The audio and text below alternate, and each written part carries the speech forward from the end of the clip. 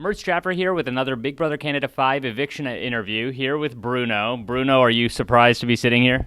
You know what? I am and I'm not. I felt good if I could pass this week. I felt I would have a better shot if I could readjust my game. I could move forward. But I'm not too surprised sitting next to Karen. I knew I was going to be here.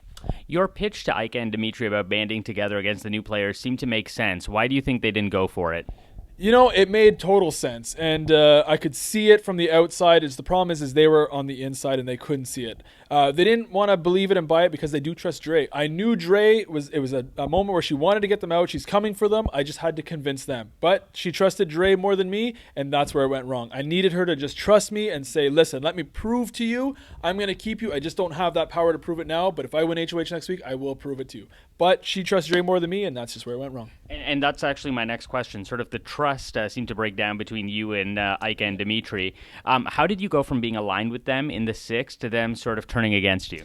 Yeah, you know, it actually all started, I think, at the double even actually before that. Ika and Neda had a feud going, and I was kind of stuck in the middle. I didn't want to be stuck in the middle, but Ika would say things to me, Neda would say things to me, and I felt like I was in the middle of this feud. Not a good spot to be. But when the double happened and Ika wanted to get Neda out, I think trust started to break then. And that's where it all started going downhill. So I knew if she would cut Neda like that, why wouldn't she cut me like that? So I started distrusting her, and I think she was getting closer to Dre, and the trust just went all over the place from there, and there was no way of bringing it back.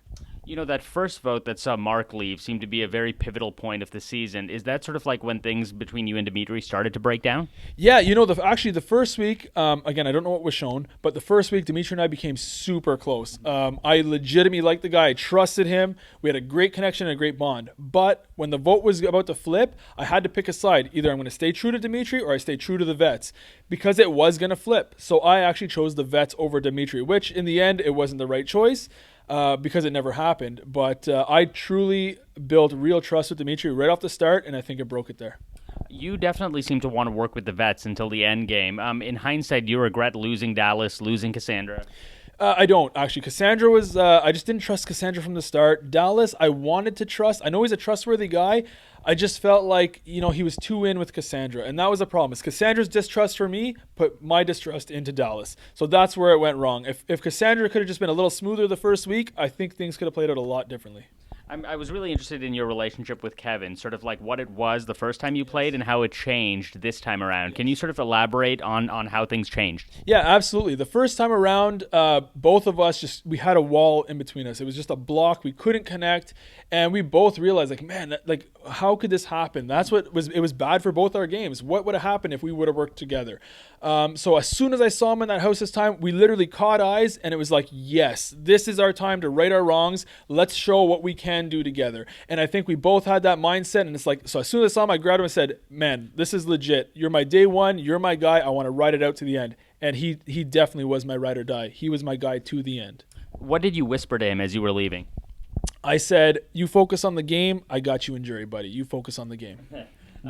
And I wanted to talk a little bit about like that whole relationship between like you and the players from your first season. You were aligned with Cindy, you were aligned with Kevin.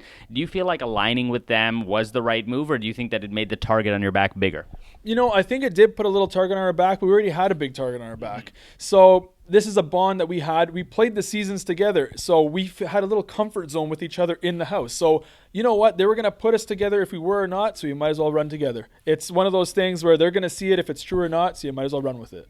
I'm always curious when a player comes back to play again, because obviously that comes with a lot of pressure, you know, like the pressure to do better than you did the first time around. Can you talk about like that sort of mindset? Like, is there a pressure when you come back for a second time? Yeah, you know, I don't have a big ego or anything, so I don't want to say like, you know, I had this bunch of pressure, but you do. Like, there is pressure because you don't want to go in and flop, you know?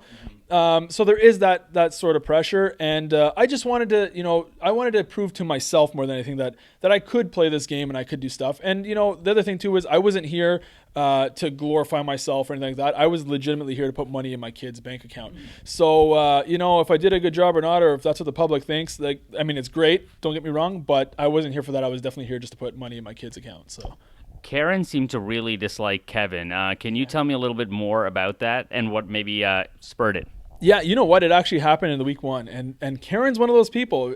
Whenever you wrong her, she will not forget, and she would bring it up every single week. You know, it was week one when myself and Kevin voted against Dimitri, because we told her we'd vote to get out Mark, and it snowballed from there. It'd be week three. She'd be like, "Remember week one?" And I'd be like, you know, Karen, this is week three. It'd be week five. She'd be like, "Remember in week one?" And I'd be like, "Karen, this is week five." And in week seven, I'd be like, "Karen, this is week seven. You have to forget about week one. It's a completely different game." But she's one of those people, you wrong her, she doesn't forget it. You were part of the deal that helped Dylan win HOH that ultimately sent Cindy home. Was that the beginning of the end? You know what? It didn't help. I don't think it was the beginning of the end. I think the beginning of the end was when William won his HOH on day 27. That wasn't good for our game. And also when Cindy put Netta up on the double. That was not good. That was, in my opinion, a very, very bad move. It was a great move for, you know, television, not a great move for our games, I found. So yeah, but letting Dylan win the HOH, it was supposed to go different. It didn't, and yeah, you know, and I actually fought for Cindy to stay, and I think that put a bigger target on my back. I was willing to not sacrifice my game, but put my game on the line a little bit to save Cindy. It just didn't work. In his goodbye message to you, Kevin said that he would get rid of everybody else. Is it possible for him to do that? You know what? It's going to be a tough task, but you know what? If I have faith in anybody, it's Kevin.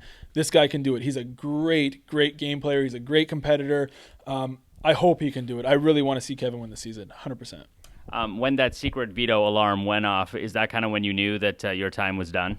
Yeah, I knew. I knew for sure. When Karen sat beside me, I was like, "This is it. There's no way. There's no way they're going to keep me over Karen." And yeah, I knew it was over then for sure. I had a couple of tricks up my sleeve. I tried to pitch it, but nobody was buying it. And who would you like to see win the game? Kevin Martin needs to win this season. Absolutely. I kind of knew that answer, yeah. Bruno, thank you so much. Always a pleasure, All right, my friend. thank you. Yes. Take care, guys.